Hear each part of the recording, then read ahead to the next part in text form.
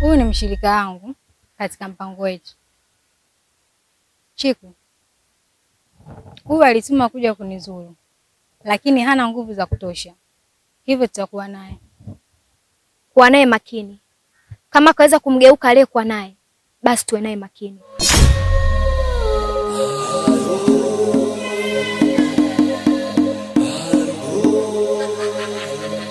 Ombili kwanya nyasenga oli mvumo kwa gaya.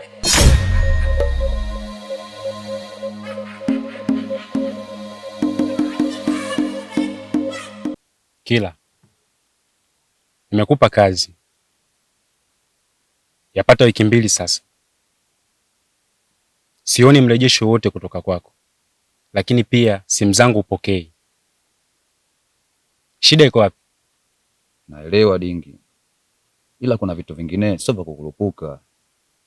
Inahitaji taratibu, inahitaji utulivu. Kila, unajua mimi nimefanya kazi na wewe nyingi sana na sijakuzoea hivyo. Nikikupa kazi chapo umemaliza, lakini nashangaa ili limekuwa jambo gumu sana kwako. Nashindwa kukuelewa. Najua nimetafuta sana kule mtaani, nimemtafuta sana wewe Nanio. Mambo kidogo naona hajakaa sawa. Ila Dingi, nipe hata siku 2 tu za mwisho. Kila, unazungumzia siku 2? Yaani imepita wiki 2, unaomba tena siku 2? Hebu nisikilize nikwambie. Kama umeshindwa kazi, naomba nirudishie pesa zangu. Nadhani tumeelewana. Hamna Dingi, sijashindwa. Ila huyo mtu wenyewe kumpata, yani kidogo kama kuna vitu fulani ambavyo kidogo kama havijakaa sawa, lakini nakuhakikishia kwamba hili swala yani tutalimaliza fresh Dingi. Piga chini. Dingi, vitu vinaongeleka tu hivi. Naomba shuka kwenye gari. Marafiki waliondoka wakasema vumilia, lakini moyoni kuna moto wa kulia. Rasi alikuwa mtu wa kazi kweli, lakini shida zikamgeuza mtu wa hasira kali. Usimuumize ndugu kwa sababu ya shida, dunia ina majaribu, lakini subira ni bada. Leo ni kilio, kesho inaweza kuwa faraja. Mungu huona yote ya duniani mwanangu. Shida si ruhusa ya kuumiza wengine, maumivu yakizidi tafuta watu wa kusema nao. Kila maisha yana mtihani wage duniani, lakini mwisho wa subira huleta nuru moyoni. Tuzikubali hasira kutumaliza kirahisi, upendo na subira vina nguvu kuliko visasi. Leo ni huzuni, lakini kesho kuna matumaini. Mungu atunusuru na mabaya. Sorry, mimi naenda kama nduza. Wewe si ndo Dingi au vipi? Wewe umenifahamu vipi mimi? Sikia nikwambia kitu kimoja Big Brother. Unaona mimi? Unaona huu mtaa wote wa Mzizima, mimi ndo panya mkubwa. Yaani harakati zangu mimi ni za kibabe yani unavyoniona. Kwa ndo maana hata kukujua wewe imekuwa ni rahisi. Yule jamaa lasa alotoka hapa ndo kanifahamisha kwa wewe ni Dingi. Kuna baadhi ya mambo tu alinielekeza, kuna siku nilikutana naye maskani. Akaniambia kuna kazi ambayo umempatia. Na ningependa tu kukushauri kitu kimoja. Kwa hiyo kazi ambayo ulimpatia Kila kufanyia, naomba unipatie mimi. Kwa sababu mimi ni mtu ambaye najiamini na siandafi mtu wote katika maisha haya. Na kazi yangu naacha mpaka pale endapo nitakapohakikisha kabisa kuwa nishamaliza. Ndio nakuwa naiacha kazi yangu. Na isitoshe huyo mtu wenyewe ulomuagiza yeye akamuue, mimi namfahamu vizuri kabisa. Kwa sababu ni mtoto mdogo tu, nishakumletea mabalaa sana hapa mtaani. Yaani mtu ambaye namjua vizuri na mimi hawezi kunisumbua hata kidogo. Kwa hiyo kunipatia hiyo kazi Dingi, afu leshe tu kicha wangu mimi nitaiua yani. Hivyo yani. Hebu ingia kwenye gari. Au si? Mungu ona yote ya duniani mwanangu. Shida si ruhusa ya kuumiza wengine, maumivu yakizidi tafuta watu wa kusema nao. Kila maisha yana mtihani wake duniani, lakini mwisho wa subira huleta nuru moyoni. Nikubali hasira Rumi. Bwana, upo kweli? Mimi nipo, wewe tu ndo uonekane. Yaani mtaa wetu wa Mzizima mimi tena nikosekane kuonekana. Wewe. Ulikuwa wapi wewe? Ni wewe wapi? Zaidi ya kwenye mtaa wa Mzizima. Kila siku nafanya kazi ya kuzurura. Sawa, tuachane na hayo. Kwanza imekuwa vizuri sana kwa sababu katika vitu ambavyo nilikuwa natamani kukutana na wewe. Yule kakako yule nani yule msela aliyokuaga sauti sijui kipindi hicho nani yule? Kanduza. Nduza. Nduza leo mimi anifahamu. Tena sio kunifahamu tu, hata anijui, anikumbuki. Nduza siku moja wakati natoka kununua samaki. Ni kwa zangu tu misele mtaani kwetu kama unavyofahamu. Nimetoka kwa ule mzee nani ule, mzee Shabiru. Umeona? Nimechukua zangu dagaa na udi zangu tukakutana. Oa, kanifanyia tukio la ajabu mpaka mimi najiuliza huyu kweli Nduza mimi anifahamu au anijui au kanifanyia makusudi. Kanichukulia yani kitendo tu cha kuzubai, kanipokonya dagaa. Mimi nitaongea. Alafu kakaangu kama unavyomjua na matatizo. Ila usijali, mimi nitaenda nitazungumza naye. Sawa, itakuwa vizuri kama utamuelezea kwa sababu mimi nilimwacha. Sikutaka kufanya chochote. Ni mtu ambaye nafahamu familia yenu, lakini wewe mwenyewe unajua. Mimi mwenyewe nikitaka kuleta ile. Nakuelewa. Basi poa, mimi wacha nielekee tena hivi. Alafu Vasha, unavyoonekana mbona kama kuna shida inakusumbua? Amna, mimi niko sawa tu. Hakuna chochote kinachonisumbua. Kwa nini unahisi niko na tatizo? Kama una tatizo, sawa. Ila siku yote kama kuna shida yote inakusumbua, mimi nipo nitafuta.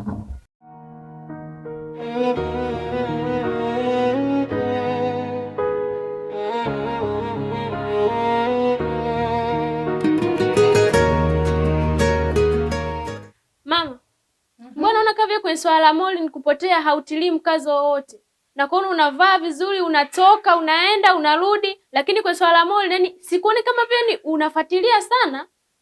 Unasema nini wewe? Yaani huoni kabisa jitihada ambazo unazifanya mimi kuhusu moli. Kwa maana mimi kama sina akili, kama sina kazi ya kufanya, hapa nilipo. Natoka hapa naelekea polisi kwa ajili ya kutoa taarifa kuhusu kupotea kwa mwanangu. Alafu mimi unaniona kama taila vile. Unaniona kama sijielewi. Wewe una akili kweli wewe?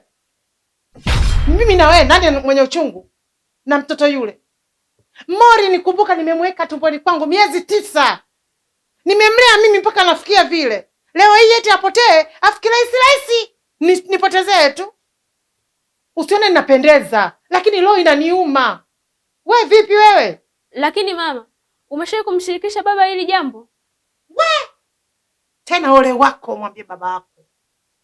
Nikusikia unamwambia baba yako swala hili. Utanijua mimi nani. Naomba hili jambo liwe kimya kimya mpaka moli ni apatikane. Hebu toka kabisa nenda chuo kule. Rudi nyumbani mwanangu. Majirani wanamwangalia kwa huruma. Lakini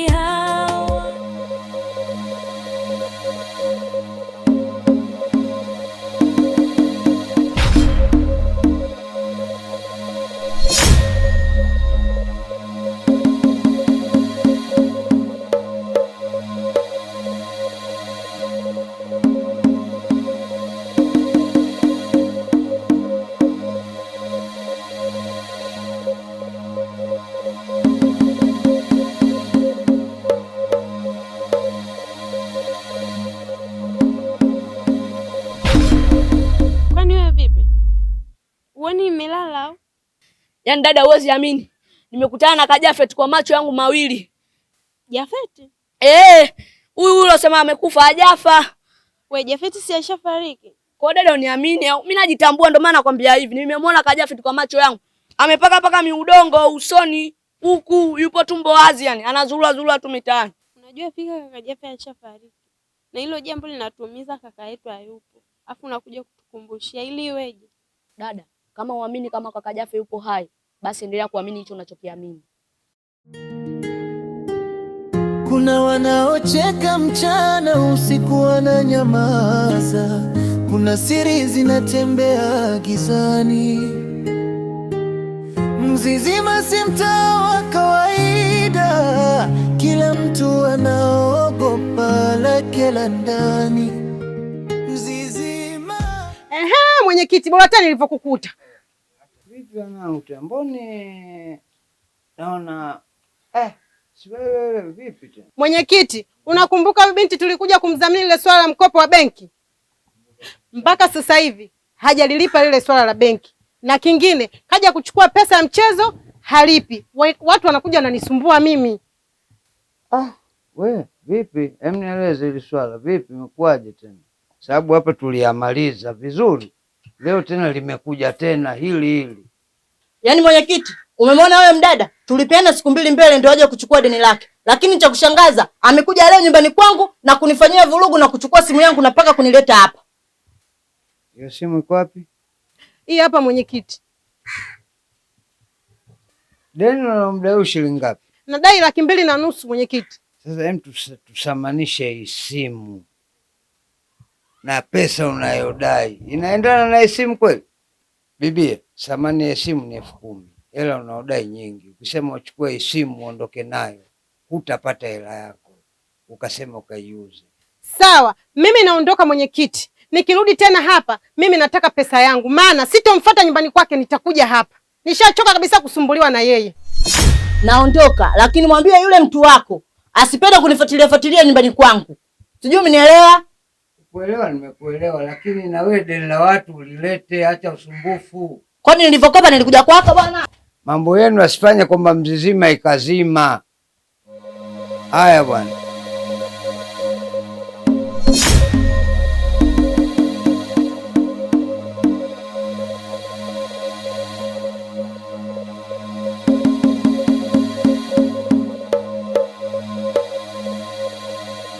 Mtu umekuja muda au ndo sasa hivi? Mimi nimefika muda tu hapa. Nimesimama mpaka nimechoka. Sawa. Karibu twende ndani basi. Maana kuongea hapa nje hapa si kama unavyojua tena. Mtaa wetu nawe vile vile tu. Kila siku hujabadilika. Mimi nimekuja hapa kuhusu ile jambo letu. Ulikuja usikie nyumbani pale. Sasa wewe, Sasha. Yaani ina maana huwezi kuja nyumbani kwangu bila kuwa na shida, sio? Mimi kwa sasa hivi bado sina hela. Wacha kwanza nikupambanie tena kama nilivyokuambia. Na uzuri kwamba nyumbani napafahamu. Nitakuja tu. Sawa bibi? Kwa siku ile ulisema hivyo utaniletea, lakini ndio kimya mpaka nimeamua kuja mwenyewe hapa. Hakuna mwanamke wote ninayempenda zaidi yako. Sawa? Nafikiri tuingie tu ndani. Sawa. Au nikubebe?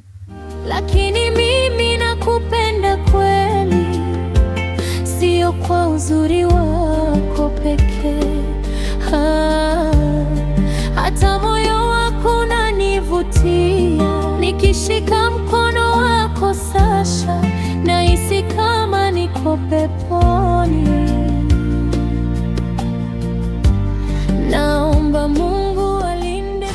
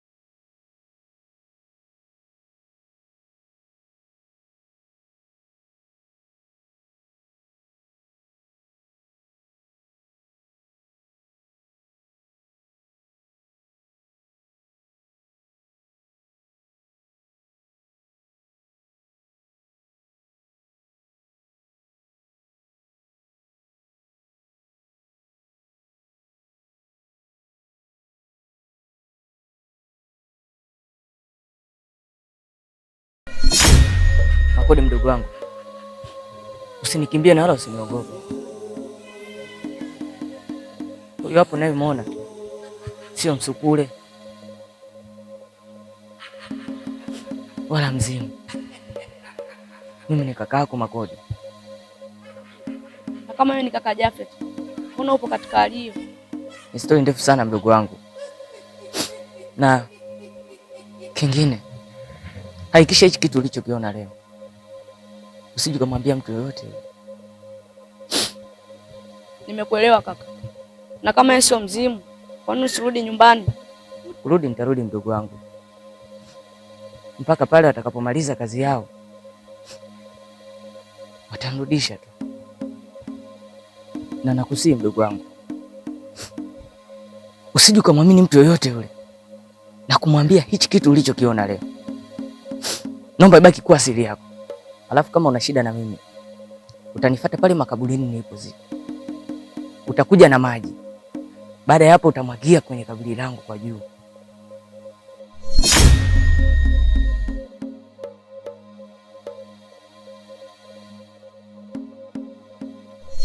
Wewe umekuja kufuata nini? Sakina, mbona unakuwa kama mtoto? Hivi vitu vya kuzungumzika ndani. Hivi wewe, mimi unanichukuliaje? Unaniona tu kama mwanamke mpumbavu, si ndio? Sinakuuliza wewe. Mimi unaniona kama sijielewi au vipi? Hela zako ukipata unakula huko na wanawake zako. Ila ukiwa hauna hela ndio unajileteleta sasa hapa nyumbani kwangu, si ndio? Yaani chumba nikupe, unitumie, alafu hela usinipe, si ndio? Wewe angalia mazee. Ushaniona mimi nakuja usiku hapa. Ndio kawaida yako hiyo. Leo ni siku ya mwisho. Hakikisha usiponilipa hiyo hela hapa nyumbani kwangu usikanyage. Sijui umenielewa? Leo nitaichapa sana leo mama yangu. Bwana, mimi sitaki maneno yako ya ajabu ajabu. Hebu pita ndani.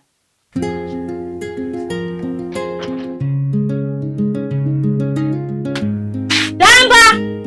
We Tamba! Tamba! Kuna wanaocheka mchana usiku We dada, wewe mbona una makelele hivi? Asubuhi yote hii nyumbani kwa watu. Haya, uko kwani usafi umefanya saa ngapi? Bwana, wewe unalala mpaka sasa una maisha. Nisikilize shoga yangu. Yaani jana alichonifanyia huyo kijumbe, hata sijapenda. Kaja nyumbani kwangu kanijazia nzi, kaona haitoshi kanipeleka mbele kwa mwenyekiti. Huyo kijumbe mpaka aje nyumbani kwako wewe, na maana nyumba zote hajaziona. Aje nyumbani kwako wewe kutilia fujo, umemkosea nini? Umemfanya nini dada watu mpaka aje kutilia fujo? Nimkosee nini? Sisi sijamlipa ile 200 yake. Wewe dada mbabaifu wewe. Dada mbabai wewe. Tena unaongea wasiwasi huna. Eti ile 200 sijailipa. Na ndio ufanye ulipe la watu. Upo dada Ufanye ulipe la watu. Maana wewe ile siku umeenda kuomba jina pale, ulienda kwa shonge zote. Na wenzako nao wana shida kama ulivyoenda wewe. Peleka la watu. Mimi kwa hiyo sikutetei. Wewe Sakina mbabaifu sana wewe. Yaani mimi nimetoka nyumbani kwangu saa hizi asubuhi nimekuja kwako shoga yangu kuweza shida zangu, wewe ndio unanishushua kama hivyo. Tena pole sana. Mie huyo nitetea ujinga. Shoga yangu, najua wewe udugu wangu, rafiki yangu, lakini siwezi kutetea ujinga. Kwa sababu jina linalofuata nachukua mie. Kama hili hujalipa, ilo lifuatalo, tena kijumbe kukupendelea. Yaani mimi. Sisemi sana. Dada, yaani mimi nitakuja kukusanya vitu vya ndani. Yaani vya ndani naondoka navyo. Upo dada? Haya sawa. Leo umenikataa mimi kunitetea. Ila likija kukukuta, naomba usinifuate. Alafu nilikuwa nina shida shilingi 2000 tu. Maana leo nimeamka maisha yangu magumu. Tena. Sakina, hujaolewa wewe. Huna mtoto. Una majukumu gani? Inakushinda 2000. 2000 hii inakushinda mwanamke kama wewe. Sasa wewe, yaani mwanamke wako unautumiaje? Wewe si mtoto wa mjini. Changamka shoga yangu. Hiyo 2000 mimi sina. Upwe, sina 2000, sina 500, sina 200. Na hata kama ningekuwa nayo, kwa leo nisingekupa kwa sababu wewe ni mzembe. Wewe ni mzembe sana. Siwezi kukupa hela mimi. Na kingine mume wangu kalala ndani. Kwa hiyo nenda. Mwisho akatoka hapa ukanianzishia vita nyingine. Sio kama hauna, ila hutaki tu kunipa. Bibi hebu nenda bwana wewe. Nenda usijezenze asubuhi nenda. Sawa, tutakutana. Utakuja na shida zako. Labda zinipeleke zingine lakini zi 2000 mwenyewe nazimudu. Nyo.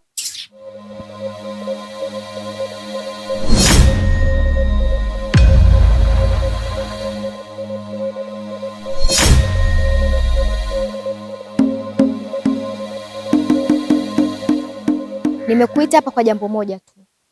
Jana nimepewa utambulisho wako, lakini sijaelewa chochote. Hata mimi pia nimepewa utambulisho wako, lakini jana tu ulionyesha hofu juu yangu. Huwezi kuelewa chochote kwa sababu wewe ni kibaraka tu wa Mzee Mlisho, na hadithi ya maisha yako ni kichekesho. Unamaanisha nini? Ninachohitaji mimi, uache kumsaidia Mzee Mlisho na uache kumsaidia Sasha. Huo upande wangu. Ana ndoto kubwa, moyo wake ni safi. Madam, nini sasa?